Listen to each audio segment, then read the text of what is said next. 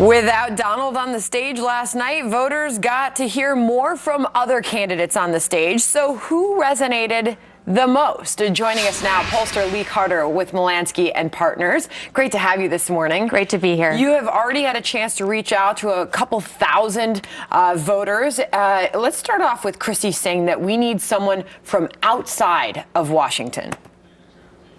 I feel like I need a Washington to English dictionary converter, right?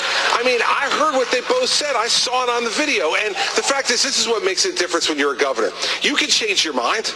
Ted could change his mind. Marco could change his mind. It's perfectly legal in this country to change your mind. But when you're a governor, you have to admit it. You can't hide behind parliamentary tricks. That's the difference, and that's the kind of leader we need in the White House. Stop the Washington Bull, and let's get things done.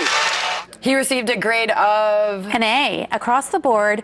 Independents, Republicans thought Christie did really, really well last night. We're not sure if it's going to be enough to translate into votes for him in Iowa. I think it might give him some momentum in New Hampshire.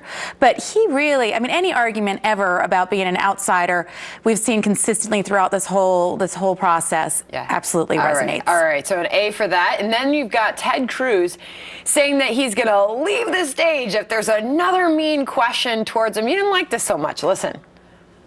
Chris, I would note that the last four questions have been Rand, please attack Ted. Marco, please attack Ted. Chris, please attack Ted. Jeb, please attack Ted.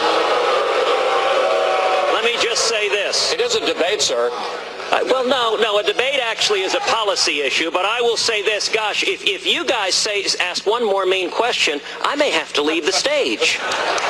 Yikes, you gave this a grade of what? A D. I mean, voters told us it was a little bit pathetic, and they felt like he was on his heels the whole night. And maybe it was because he didn't have Trump to fight with, but it really, really did not work at all for him. This is the weakest performance he's had so far. And it gave, by the way, Rubio a chance later to say, I won't leave no matter what you ask me. Speaking of Rubio, he says Cruz will do whatever it takes to get votes. It was a big moment. This is the lie that Ted's campaign is built on, and Rand touched upon it. That he's the most conservative guy, and everyone else is a rhino. The truth is, Ted, throughout this campaign, you've been willing to say or do anything in order to get votes. Grade? Grade here was just a B. It was a little bit ho-hum with Republicans, but I think that we really, really need to pay attention to the independents and the Democrats. When it comes to Rubio, they are over and over again saying he is the best candidate on the Republican side. All right, so was last night a game changer for any particular candidate? Do you see voters changing their mind on anybody after last night's performances? I think that we're going to see, I mean, Trump, I think, is going to stay steady. I think Rubio is going to have some improvement and some movement.